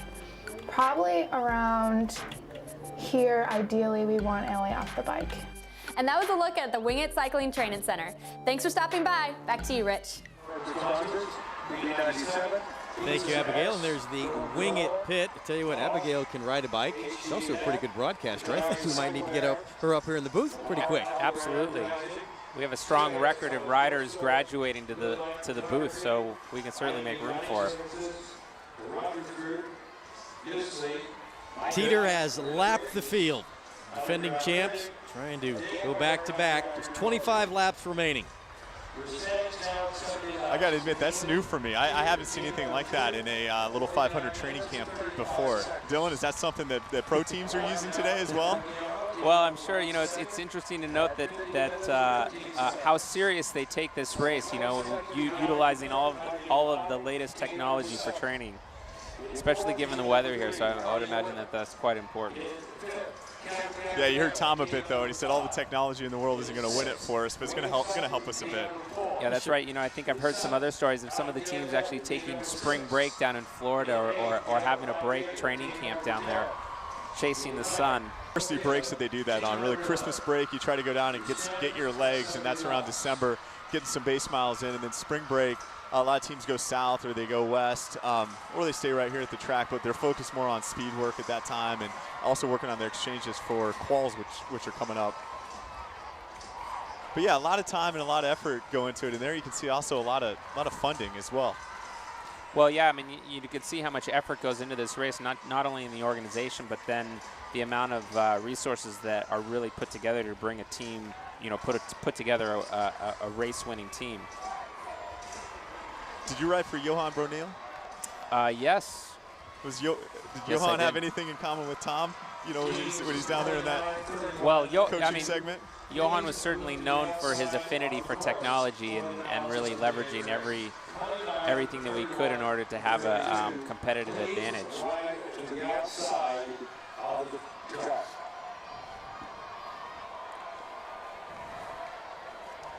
Susan Laurie had passed off the bike in the exchange, and Caitlin Van Kooten is on the bike and looking for a little room on the inside. Yeah, that's right. She's certainly using everything that she can to make sure the track is clear in front of her. You know, like you said, the worst thing that could happen right now is for her to have a crash.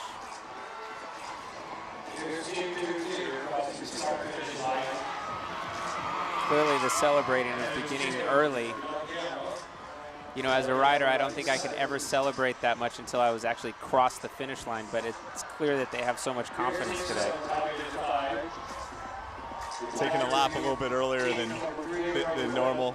They know Friday night's the big night in town. Everybody's going to be out tonight. Yeah. The women have done their job, and they're going to get ready for Saturday. Look, Mayor Sonnenborn, I understand that you have elections to win here in Bloomington as the unofficial mayor during this big weekend, but I'm going to have to side with my partner here, Mr. Casey.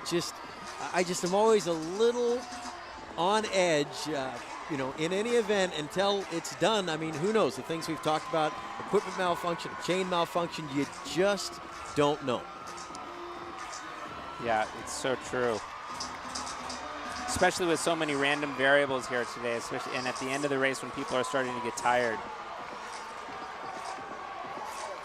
And really, to think about it, they are celebrating 24th women's Little 500. The field's never been lapped like this with one lap down. So to put in perspective, to think about 24 years and this has never happened, right? A lap down, and how well Teeter is riding today. They really are riding well, really are crushing it. First women's Little 5 in 1988. A great story there, how it got its start. Kappa Alpha Theta in 1987 attempted to qualify for the men's race. Really wanted to join the Little 500. They didn't make it in 1987, but in 1988, because of that, the Student Foundation began to put together the women's Little 500. Teeter, obviously a strong team, but it came down to a few key moments where they really took advantage of either somebody crashing or a gap opening up between Teeter and some of the other teams. And then just flawless execution with the exchanges and clear focus. And Dylan, to your point, they also caught a break when the crash happened. They were the ones who just escaped and missed out of it. And I don't think that would have anything to do with the result, with what a strong team they are, but they have been fortunate as well this afternoon.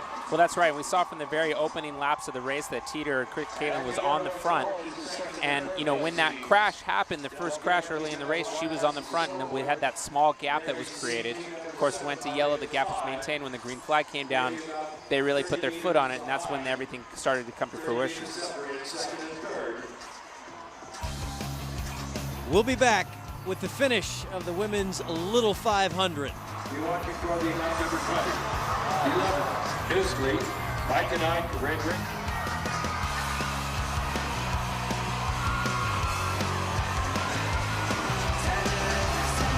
Your leader, team number 7. In 4th, Army Women, team number 3.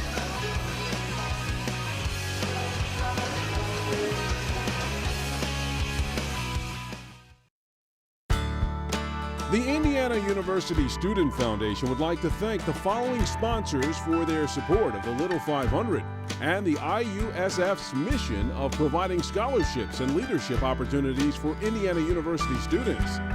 B97, Pizza X, Coca-Cola, Bosch, Lamar Advertising, Blue Line Photography, Canary Cycleware, TIS Bookstore, and HDNet. Back at Bloomington, Rich Cellini, Dylan Casey, Jason Sonnenborn, Liz Brodel down in the infield. The women's Little 500 from Bill Armstrong Stadium. Teeter won the championship in 2005, claimed victory again last year, 2010, and they are well on their way. Barring a disaster, just 13 laps to go to repeating and getting their third title. It looks like we've got a little change in second place here. We'll stay aware of that, but we have Pi Beta Phi in second. Delta Gamma, Army Women, Kappa Kappa Gamma. There's going to be a real fight for whether it's second, whether it's third place. Nobody's going to quit out there, so you're going to see a lot of teams. You're going to see a sprint for second or third just being on that podium. Yeah, well, you know, we see Teeter just continuing to lay down lap after lap all by themselves. Behind them, though, is the battle for second place. And you know, we have a lot of formidable teams there. Delta Gamma, Army Women, Kappa Kappa, Wing It, Pi Phi, all going for that other spot on the podium, which is just as important.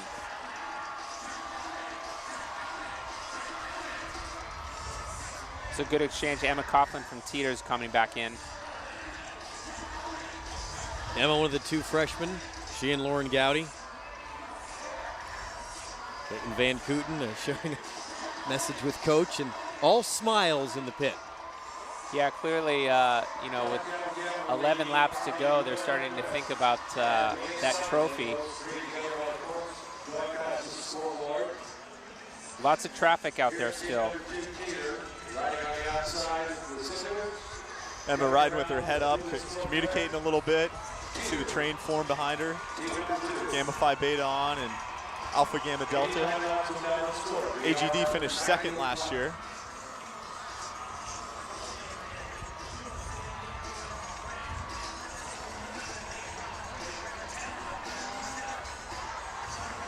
Pi Phi and DG's battling for second.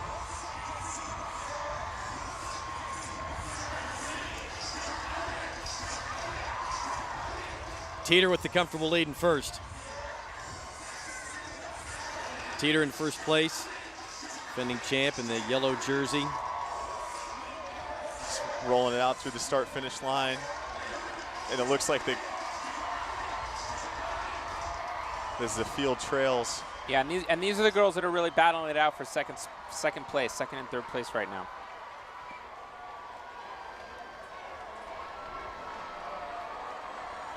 The Army women that we had talked about throughout the afternoon.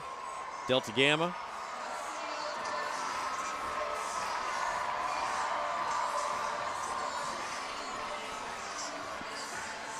Teeter continuing to do exchanges. I guess they're going to have the luxury of determining who crosses the line in first place. You don't get that very often, do you? No. Doing everything you can just to hold on and try to win it. And now you can not only win it if you're Teeter, but you can try to figure out how you want to look aesthetically. That's right. Decide who's going to cross the finish line.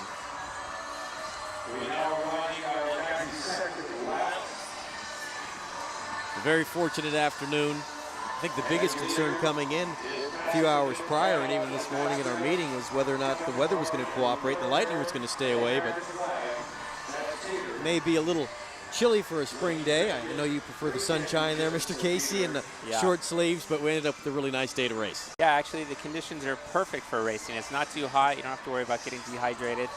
I think what's going to be interesting here with 8 laps to go is that with all of the lap traffic and kind of everybody spread all over the place, we're going to see an interesting sprint for second and third, fourth place. Yeah, I'm starting to get word here from the booth that the timers and everyone's doing a great job to keep it together, but obviously you got Teeter on the front. You're seeing first team, you know, back-to-back champions since Kappa Kappa Gamma did that. Fighting for second is Delta Gamma, our pole position team in green. Pi Beta Phi, they're on the same lap. And then fighting for third, another lap down, are Army Women, Kappa Kappa Gamma, and Wing It. So I think we're going to see some fun and kind of exciting finishes for those second and fourth slots. DG's turning the pedals over quick, creating a little separation. Yeah, you know, we can see Delta Gamma getting ready for an exchange down in the pit.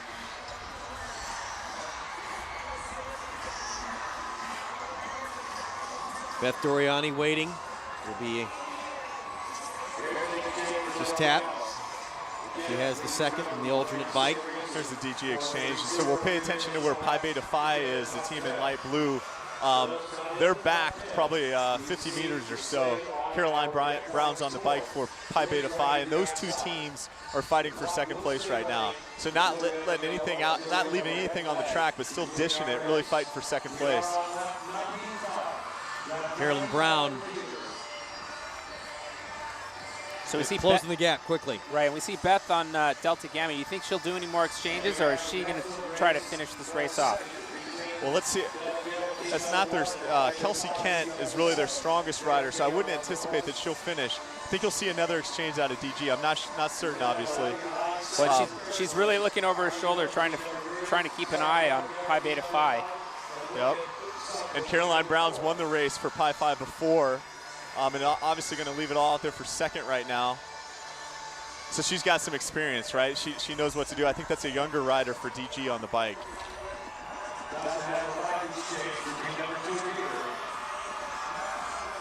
5 laps to go. And Teeter does another exchange. And with 5 laps, Caitlin Van Kooten, CVK, the senior, economics major, right here in Bloomington, going to get the last 5 laps. Yeah, it really looks like Caitlin's going to finish this off. It's been a great effort by their team, a real show of dominance and something that's never been done in history.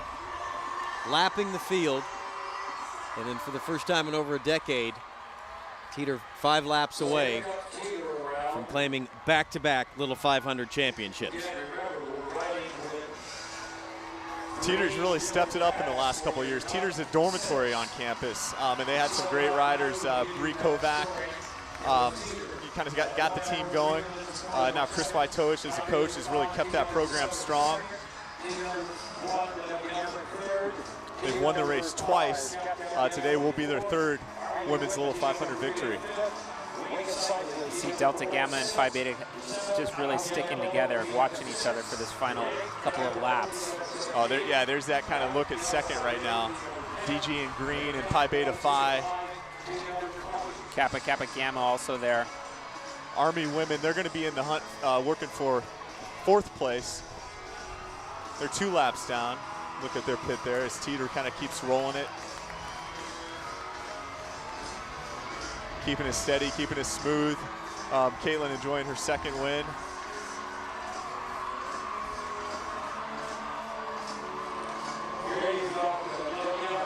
Less than a mile to go.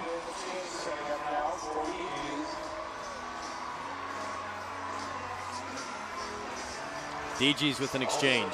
Yep. Put it in Casey Doggs. And you see that they're going to have to work a little bit. Now DG's down in that fight for 2nd. Pi Beta Phi is kind of turning the screw on them at the moment. You're looking at Teeter at home, 2 laps to go. And our 2nd and 3rd place finishers have 3 laps to go. And Teeter comfortably out in front, but you're right. It is a tooth and nail battle. There's Pi Beta Phi. 2nd place. She's really put some distance between her and Delta Gamma on the top of your screen there. That's really the battle for 2nd place happening right there. Yeah, Caroline's turning the screw, but Kelsey Phillips, who I think's on the bike for DG, is fresh, and she's starting to close that gap. 1 lap to go, and the salute. And a fist pump. I don't know if I'd be doing that on the last lap, but she's clearly confident. They've been sipping tea for a while now, Dylan. That's right. On the backstretch. Well, we talked about how dominant Caitlin Van Kooten had been. And Jason, you said if she can come out here and win another Little 5, that she'll go down as one of the all-time great riders in the history of this event. And down the stretch she comes, and Teeter will be champions of the Little 5 in 2011. They lap the field and they repeat. Yep, let the celebrating begin. Of course, now we have the battle for 2nd place unwinding. You've got Caroline Brown on the bike for Pi Beta Phi. It's got 1 lap to go. You're right, Dylan. She's getting the white flag right now. So 1 to go, and Army is chasing strong, the team in black. Earlier we had word that Army was 2 laps down, but still getting it strong. I think that's Hannah Calver for Army, trying to close the gap. Brown looking strong in the back stretch. And what I've learned in years past is never count on this information that we got. The riders down there in the pits know more than we do. Army could be in it for 2nd, but I think they're 2 down. You can see Pi Beta Phi a little bit ahead of them. Carolyn Brown. Team number 7, Pi Beta Phi. They'll get 2nd. Oh, and look, Army's still going, so they still have another lap to go. It really is Delta Gamma that has. DG finishes 3rd. Team number 4, Caterpillar Gamma, team number 5. Well, you know, Delta Gamma did a great effort. They really fought hard. They didn't just give up. But Teeter was just too strong today. From the beginning. Clearly walking away with the race.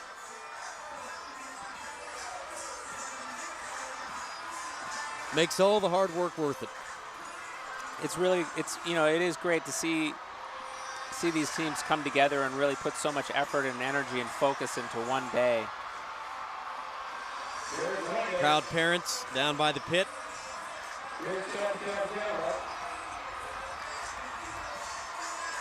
Yeah, it's great to see all these teams have so much support from their friends and family.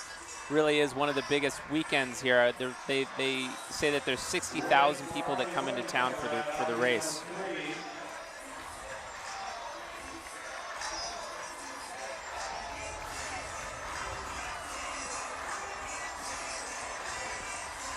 Our race results from the day.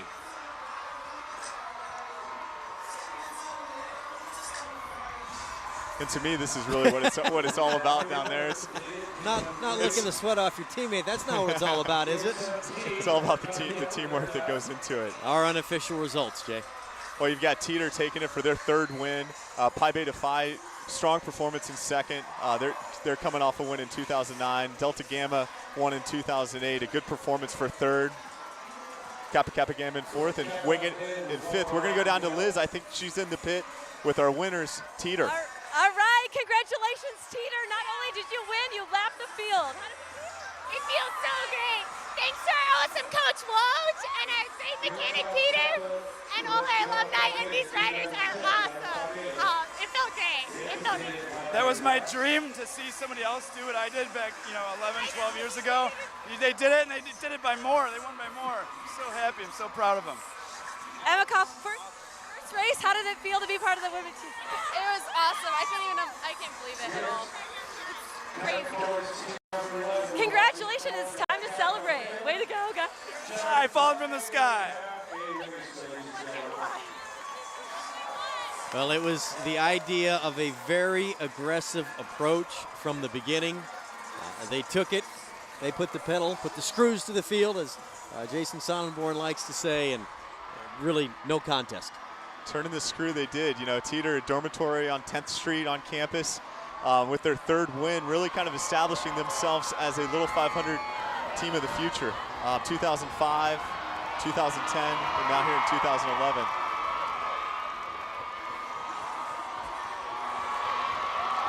Well, they got to get ready for their victory lap and, of course, the ceremony on the stage, the trophies. Well, this is where the fun really starts from. They'll drink a little milk up on stage. They'll get a lay around them. They'll do the victory lap in front of all of their peers in college. Can't beat it. And Teeter, it was the best team out here today, but a lot for every rider to be proud of. Absolutely. And you can see that down there in the pits. I mean, they know they lost, but they've really won, right? They've done something that they didn't know they could do 5 years ago.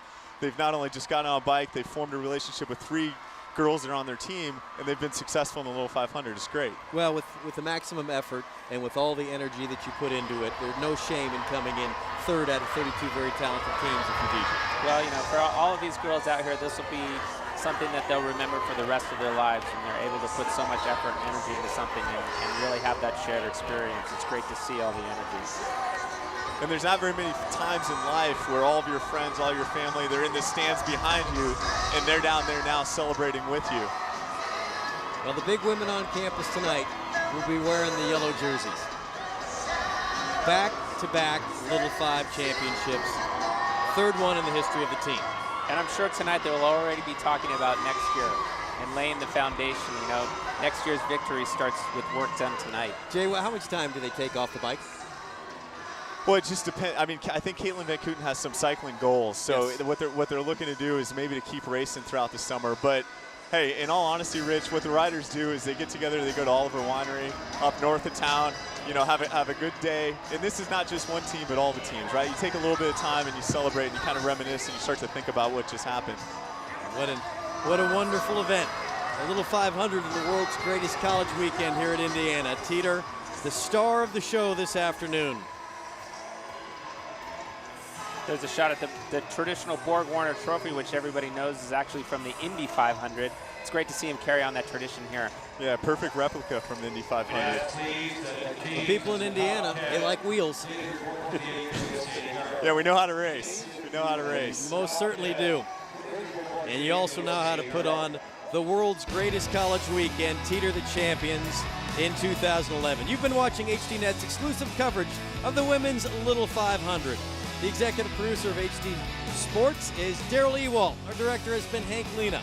Producer, Chris Taylor.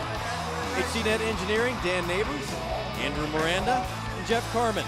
Our production manager, Chris Markwell. Special thanks to the staff and students from the Indiana University Student Foundation. Be sure to tune in tomorrow afternoon at 2 p.m. Eastern for the 61st running of the Men's Little 500. From our broadcast partners Dylan Casey, Jason Sonnenborn, and Liz Brodall, I'm Rich Cellini saying good afternoon from Bloomington, Indiana. We will leave you with thoughts, memories, of impressions of the Little Five from this year's senior class of riders.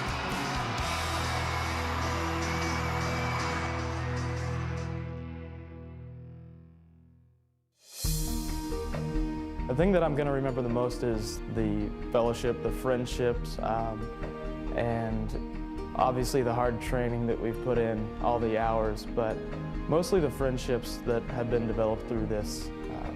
That's just been great.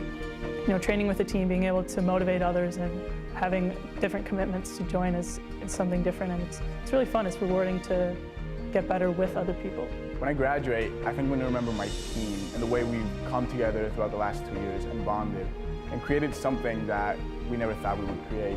It just shows you that you can push yourself beyond what you thought, and that's what it's really taught me the most, is just always believe in myself and push yourself to the next level, because you can do it. I'll definitely miss just the companionship of the people. You really get close to your teammates. You might have known them before or hung out with them a few times, but when you start training, you're with them every day.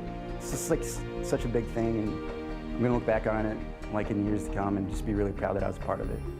I think it will just be the close of one chapter. I can't imagine not riding my bike anymore. It will just not be on the Little 5 track and not be with my girls. And oh, that's so sad. What will stick out in my memory the most will be just the teammates that I rode with, just the great experiences of working with 3 or 4 other guys to accomplish a goal. It was, nothing compares to that.